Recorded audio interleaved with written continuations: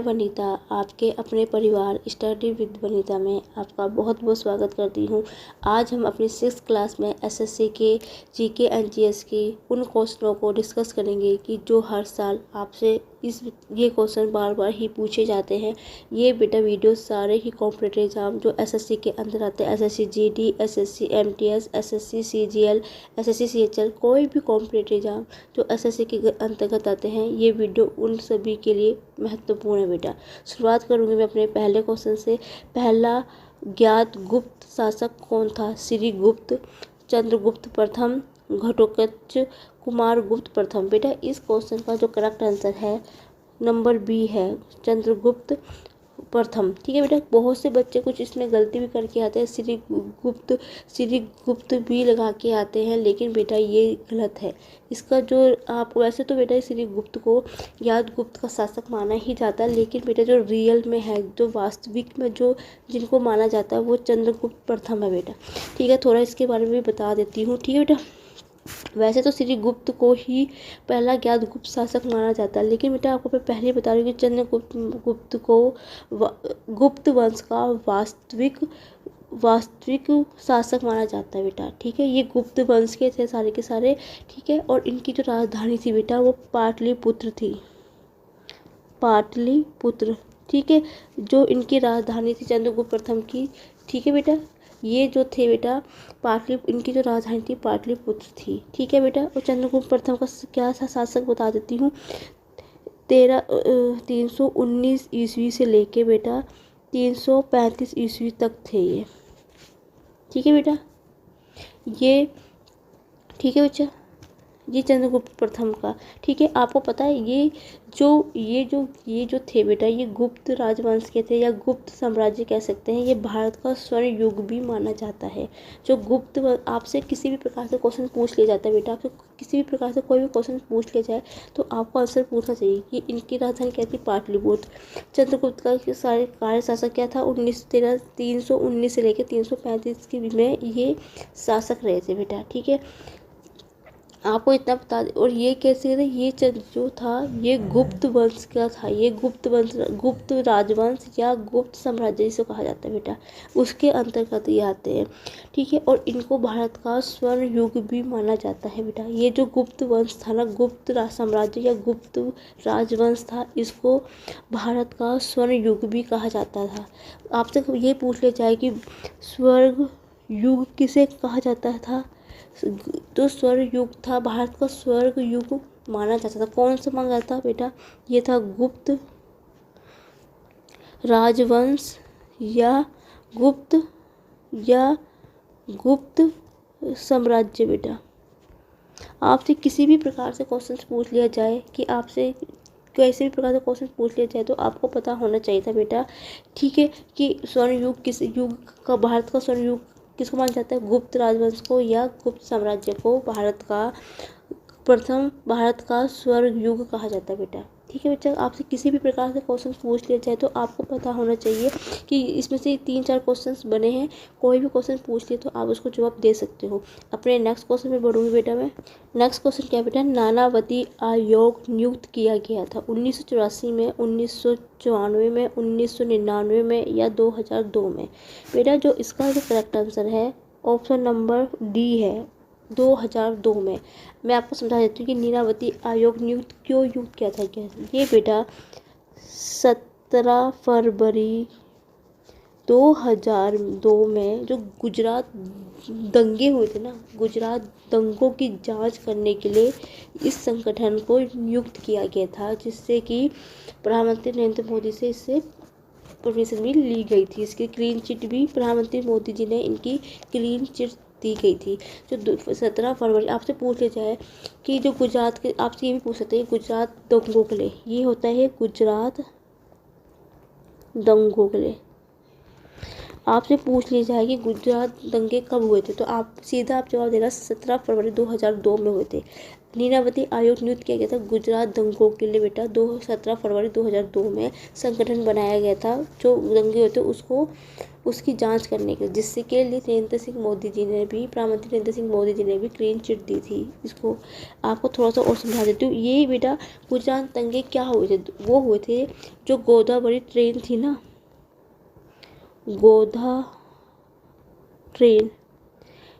Train को जलाने की घटना जो हुई थी, तो गुजरात सरकार ने इसका जांच करने के लिए नानावती आयोग नियुक्त किया गया था बेटा। ठीक है बच्चा, आपने पूछा कि गुजरात दंगों पता किस लिए हुए थे गुजरात दंगे, ये गोधरा ट्रेन को जलाने के लिए हुए थे बेटा। ठीक है बच्चा, आपसे किसी भी प्रकार से क्वेश्चन पूछ लिया जाए तो आपको पता होना चाहिए। ठीक है, नेक्स्ट क्वेश्चन में बढ़ते हैं। नेक्स्ट क्वेश्चन क्या है, भारत के आर्थिक सुधार का जनक किसे कहा जाता है? Jawaharlal Nehru, Indira Gandhi, Manmohan Singh and P V. नरसिम्हा राव।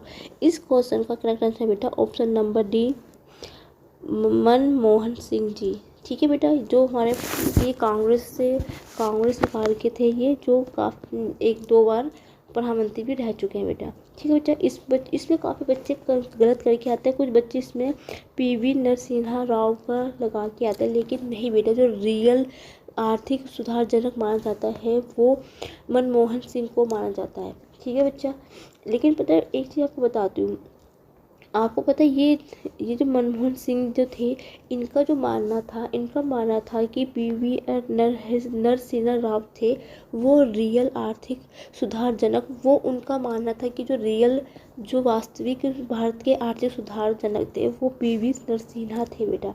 ये पी.वी. नरसिम्हा कौन थे ये तो समझा देती हूँ आपको बेटा। ये जो थे ये 10वें प्रधानमंत्री थे भारत के, और ये कब बने थे? 1991 से लेके 1996 तक बने थे ये भारत के 10वें प्रधानमंत्री थे बच्चा।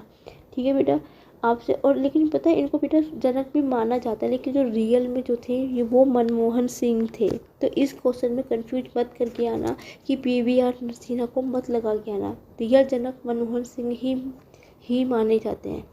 ठीक है बेटा, बहुत से बच्चे गलत करके आते हैं, इस क्वेश्चन को ध्यान से समझना। ये कहाँ से, ये कांग्रेस सरकार से थे, ये कांग्रेस सरकार के हैं, कांग्रेस के।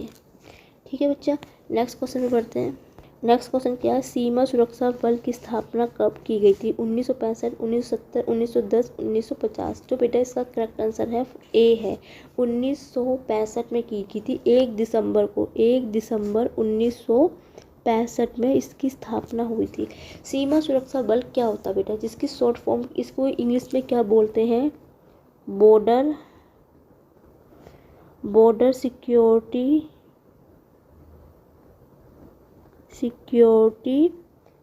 फोर्स।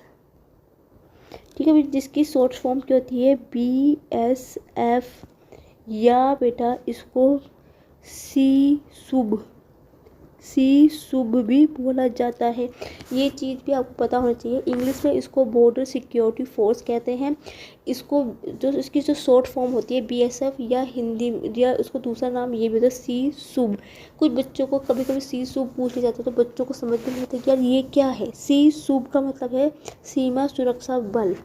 1 दिसंबर 1965 में इसकी स्थापना की गई थी बेटा। ये विश्व की सबसे बड़ी सुरक्षा बल है। ये चीज़ भी आपको पता होना चाहिए, ये विश्व की सबसे बड़ी सुरक्षा बल है। ठीक है बेटा, इनका सिद्धांत पता क्या है? इनका सिद्धांत है जीवन पर्यंत, ये यह है पर्यंत कर्तव्य, जीवन पर्यंत कर्तव्य। इनकी बेटा जो सीमा सुरक्षा बल का काम क्या होता है, जो आपने देखा होगा कि जैसे कि हम कोई भी राज्य की सीमा जहाँ पे ख़त्म होती है, दूसरे राज्य की सीमा लगती, दूसरे देश की सीमा लगती है, तो वहाँ पे ये कार्य करते हैं। ये कहते हैं घुसपैठियों, जो दूसरे देश से हमारे देश में एंट्री ना करें। घुसपैठियों जो तस्कर होते हैं, उनको उनकी रोक के लिए इनको रखा जाता है बेटा। ठीक है बच्चा, नेक्स्ट क्वेश्चन पे बढ़ती हूँ। नेक्स्ट क्वेश्चन क्या है, नेवल एयर स्टेशन गरुड़ कहाँ पर स्थित है बेटा? नई दिल्ली, कोचीन, चेन्नई एंड देहरादून। इसका जो करेक्ट आंसर है बेटा ऑप्शन नंबर बी इसका करेक्ट आंसर है। कोचीन में, कोचीन कहाँ पे है बेटा? कोचीन है जिसको कोचीन भी कहते हैं, जिसको कोची भी बोला जाता है। ठीक है बेटा, कोचीन का है केरल के, ये बेटा जो है केरल, केरल किसकी है? कोची में क्या है? केरल में। केरल के विली विलिंगडन विलिंगडन द्वीप, विलिंगडन द्वीप में। ठीक है बच्चा, ये केरल के विलिंगडन द्वीप में दक्षिण की साइड है बेटा ये। ठीक है, ओके बेटा, ठीक है बच्चा। केरल में आपसे पूछा ये कोचीन, जिसे कोचीन भी बोलते हैं, जिसको हम कोची भी बोलते हैं, कंफ्यूज मत होना। कोचीन नाम सुनो तो समझ नहीं आएगी कोचीन क्या होता है। कोचीन और कोची एक ही है बेटा। ठीक है, केरल के कौन से द्वीप में है? विलिंगडन द्वीप में, जो दक्षिण में बेटा। ठीक है, जिसको गरुड़ कहते हैं, जिसको ये भी बोलते हैं INS गरुड़ भी बोला जाता है जिसको। ठीक है बेटा, ये भी यदि आपसे पूछेंगे INS गरुड़ कहाँ है, आप कंफ्यूज मत होना, एक ही है बेटा ये। ठीक है बच्चा, आपको पता है ये ना, ये सबसे पुराना नौसेना का वायु स्टेशन है बेटा, ये वायु स्टेशन का है। आपको पता है इसकी स्थापना कब की थी? 11 मई 1953 में को कमीशन किया गया था इसका, और आज जो इसको हो गए 70 साल पूरे हो गए इसको। और ये जो है सबसे पुराना नौसेना वायु स्टेशन। आपसे कभी ये भी पूछ लिया जाए, घुमा के क्वेश्चन पूछ लिया जाए आपसे कि नौसेना का सबसे पुराना वायु स्टेशन कौन सा है, तो ये गरुड़ ही है बेटा। कहाँ पे है? ये केरल के वेंटियन द्वीप के कोची में है बेटा ये। ठीक है, आपसे किसी भी प्रकार से क्वेश्चन पूछ लिया तो घबराना मत। ठीक है बेटा, कि आप घबरा जाए। इसकी स्थापना कब, इसको कब कमीशन कब किया गया था? 11 मई 1953 में इसकी स्थापना हुई थी। ठीक है बेटा, किसी प्रकार से क्वेश्चन पूछ लिया तो घबराना नहीं, बिल्कुल मत घबराना, बस थोड़ा सा समझना इसको। ठीक है, और मैं आपको हमेशा कहती हूँ कि जब भी आप GK GS की क्लास अटेंड कर रहे हो, किसी भी यूट्यूबर की या किसी की या ऑफलाइन ऑनलाइन किसी की भी क्लास ले रहे हो बेटा, कॉपी पेंसिल लेके ज़रूर बैठना, जिससे कि कोई भी बेटा अलग से बताते तो उसके नोट्स आप अपनी कॉपी में लिख लो, जिससे कि आप कभी भी कॉम्पिटिटिव एग्जाम की तैयारी कर रहे हो, किसी भी कॉम्पिटिटिव एग्जाम की तैयारी कर रहे हो, तो आपके पास नोट्स बने हुए होते हैं बेटा। ठीक है बच्चा, नेक्स्ट क्वेश्चन में बढ़ती हूँ मैं अपने। नेक्स्ट क्वेश्चन क्या है बेटा? कौन सा देश G7 का सदस्य नहीं है? Bharat, Germany, Japan, Canada. इसका जो बेटा करेक्ट आंसर है नंबर ए, भारत जो है बेटा G7 का सदस्य नहीं है बेटा। ठीक है बच्चा, थोड़ा सा बता देती हूँ। इसका संगठन क्या हुआ था? 25 मार्च 1973 में होता है, जो कि पुस्तकालय के समूह में हुआ था। और 15 नवंबर 1975 में पहला समूह G6 शिखर सम्मेलन हुआ था। ठीक है बेटा, थोड़ा सा समझा देती हूँ। इसके अंदर जो G7 के अंदर जो देश आते हैं बेटा, बता देती हूँ कौन कौन से आते हैं। इसके अंदर बेटा एक फ्रांस आता है, फ्रांस आ गया। ठीक है बच्चा, फ्रांस आ गया, कनाडा आ गया, देखो ये कनाडा भी इसके अंदर आता है बच्चा। ठीक है, जर्मनी भी आता है बेटा इसके अंदर, जापान भी आता है। 3 तो ये हो गए बेटा, चौथा फ्रांस हो गया, 5वां जो बेटा है इटली हो गया, इटली हो गया। जो 6 जो आता है बेटा यूनाइटेड किंगडम। ठीक है, किंगडम। ठीक है बच्चा, छठा जो है अमेरिका, संयुक्त राज्य अमेरिका। ठीक है, मैंने इनके नाम क्यों लिखे हैं, जिससे कि कभी भी यदि भारत ऑप्शन ना भी दिया हो तो आपको पता होना चाहिए कि ये 7 राज्य हैं, ये है जो G7 के अंतर्गत आते हैं। जो इसके अलावा आपसे कोई पूछ लिया जाए कि इसके अलावा कोई ऑप्शन आपको दे जाए, तो आपको पता होना चाहिए कि बेटा इसमें से ऑप्शन क्यों नहीं है। जरूरी नहीं है कि एग्जामिनर जो पेपर में भारत ही लिख के दे, वो कुछ भी रूल्स लिख सकता है, कुछ भी लिख सकता है, लेकिन वो आप आंसर तब दे पाओगे जब आपको पता होगा कि G7 के अंदर कौन से देश थे पहले। Germany, Japan, Canada, France, Italy, United kingdom और अमेरिका, ये 7 राज्य हैं जो इसके अंदर आते हैं बेटा। इसके अलावा कोई भी देश इसके अंदर नहीं आता है। थोड़ा सा आपको इसमें जो फ्रांस में बेटा, जो आप बता देती हूँ, फ्रांस में 2019 में अगस्त में जो हुआ था ना बेटा, अगस्त में सम्मेलन हुआ था। कौन सा? ये जो हुआ था, ये जो महीने में कहाँ पे हुआ था बेटा? 2000, ये जो हुआ था G7 का फिर से सम्मेलन कब हुआ था? फ्रांस के 2019 के अगस्त के महीने में बेटा।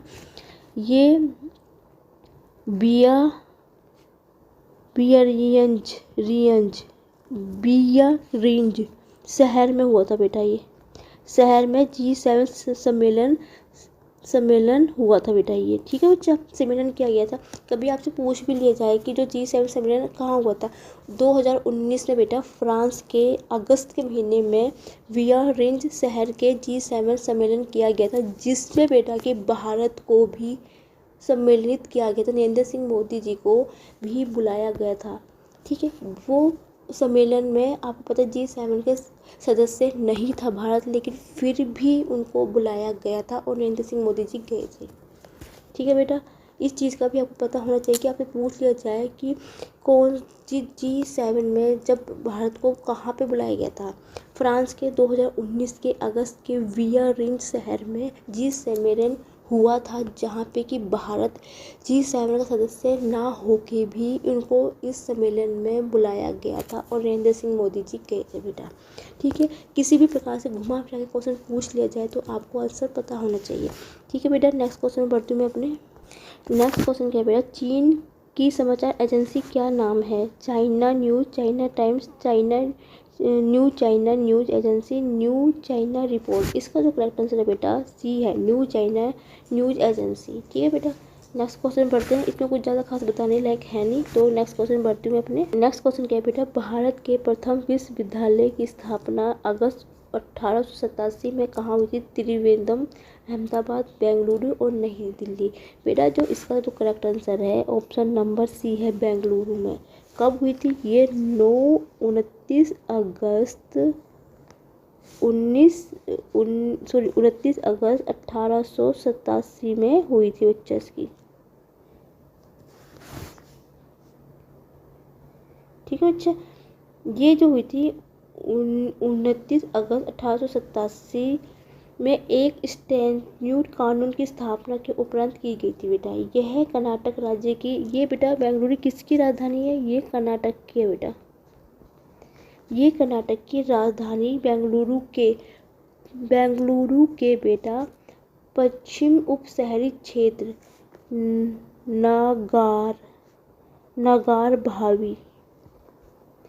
नागार भाभी के निकट स्थित है बेटा। ठीक है बच्चा, मैं बता देती हूँ, ये कर्नाटक की राजधानी बेंगलुरु के पश्चिम उप शहरी क्षेत्र नागार भाभी के निकट स्थित है। आपसे पूछ लिया जाए कि ये बेंगलुरु के कौन से कहाँ पे स्थित है, तो आपको पता चाहिए नगर भाभी के निकट स्थित है बच्चा। ठीक है बेटा, नेक्स्ट क्वेश्चन में बढ़ती हूँ मैं अपने। नेक्स्ट क्वेश्चन क्या बेटा? राधा मोहन कप किस संबंध खेल से है? पोलो, फुटबॉल, क्रिकेट, टेनिस। इसका जो करेक्ट आंसर है ऑप्शन नंबर ए, पोलो। ठीक है बच्चा, पोलो के नाम से है बेटा। आपको थोड़ा सा इसको बता देती हूँ क्या होता है ये बेटा। ये घोड़ों के ऊपर बैठ के खेला जाता है। ये जो खेल है घोड़ों के ऊपर, ये जो होता है हॉर्स के ऊपर, घोड़े के ऊपर बैठ के, एक हॉकी जैसा डंडा होता है जिसको कि प्लास्टिक के बॉल से या लक्कड़ की बॉल से जो होता है, इससे खेला जाता है बेटा। ये आपको पता है, ये जो प्रसिद्ध था, ये ब्रिटिश काल के दौरान बहुत प्रसिद्ध हुआ था। ये ब्रिटिश काल के दौरान बहुत ही फेमस हुआ था, बहुत ही सुर्खियाँ थी इसकी बेटा, बहुत ही प्रसिद्ध था ये। ठीक है बच्चा, प्रसिद्धि मिली थी इसको, ब्रिटिश काल में इसको बहुत ज़्यादा प्रसिद्धि मिली थी बेटा। ये घोड़े के ऊपर बैठ के खेला जाता है, हॉकी जैसा डंडा होता है और इसके अंदर प्लास्टिक की बॉल या कोई लक्कड़ के टाइप की बॉल होती है जिसको मार के खेला जाता है बच्चा। ठीक है बेटा, नेक्स्ट क्वेश्चन पढ़ते हैं। नेक्स्ट क्वेश्चन क्या है बेटा? पुस्तक 1984 किसके द्वारा लिखी गई थी? R K Narayan, Sukhwinder Singh, George Orwell and कोई भी नहीं। जो बेटा इसका करेक्ट आंसर है ऑप्शन नंबर सी है, जॉर्ज ऑरवेल ने इस पुस्तक को लिया था बेटा। इनका जो रियल नाम था बेटा एरिक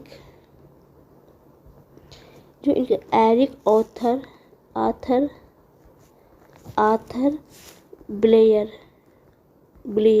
ठीक है बच्चा, जो इनका रियल नाम था एरिक आर्थर ब्लेयर था। इनका जो जन्म हुआ था बेटा 25 जून 1903 में बिहार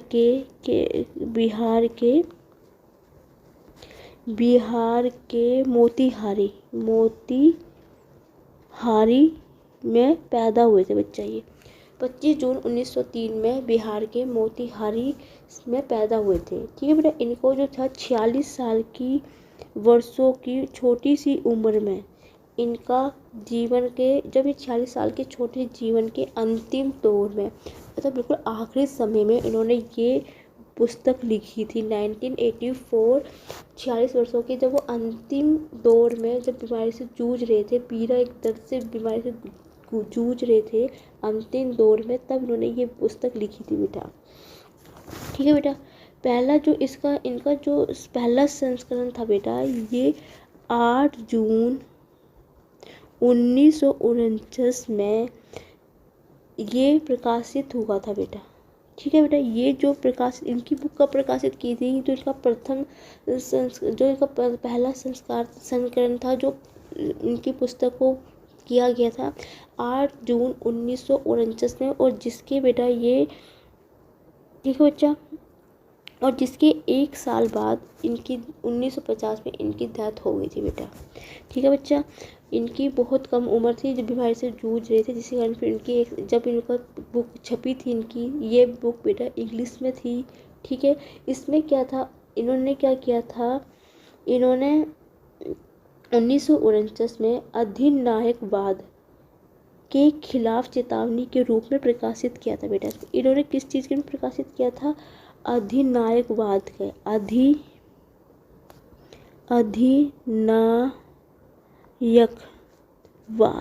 अधिनायकवाद को चेतावनी के खिलाफ अधिनायक के खिलाफ चेतावनी के रूप में इसको प्रकाशित किया गया था इस बुक को बेटा। ठीक है बच्चा, जब भी ऐसे किसी भी प्रकार का क्वेश्चन पूछ लिया जाए, घुमा फिरा के कोई भी क्वेश्चन पूछ लिया जाए, तो आपको बेटा जवाब होने चाहिए। ये नहीं, मेरा मकसद ये नहीं है बेटा कि सीधा क्वेश्चंस लिखो, ऑप्शन दो, सीधा बता दो कि ये सही है। मेरा मानना है कि मैं उसके बारे को बिल्कुल विस्तृत से बताती हूँ कि आपसे किसी भी प्रकार से कैसे भी क्वेश्चन पूछ लिया जाए परीक्षा में, तो आपको जवाब होने चाहिए बेटा। ज़रूरी नहीं होता है कि जो क्वेश्चन बार बार रिपीट हो रहे हैं बेटा नेक्स्ट टाइम भी वही क्वेश्चन पूछे जाते हैं बेटा। क्वेश्चंस वही होंगे लेकिन थोड़ा सा उसको घुमा फिरा के पूछ लिया जाता है। ठीक है बच्चा, आपसे ये पूछ सकता है कि बेटा ये जो 1980 बुक थी ये कब लिखी गई थी या इसको कब प्रकाशित किया गया था, आपसे ये भी पूछ सकते हैं बेटा।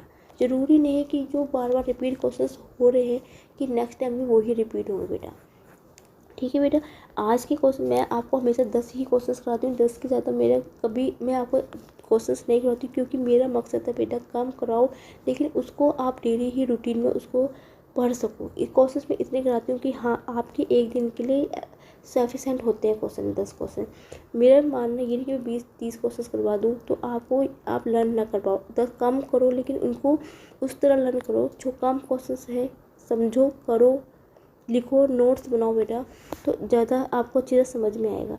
वीडियो अच्छी लगे तो मेरी वीडियो को बेटा लाइक ज़रूर करना और शेयर ज़रूर कर देना, जिससे कि वीडियो और बच्चों तक पहुंच सके।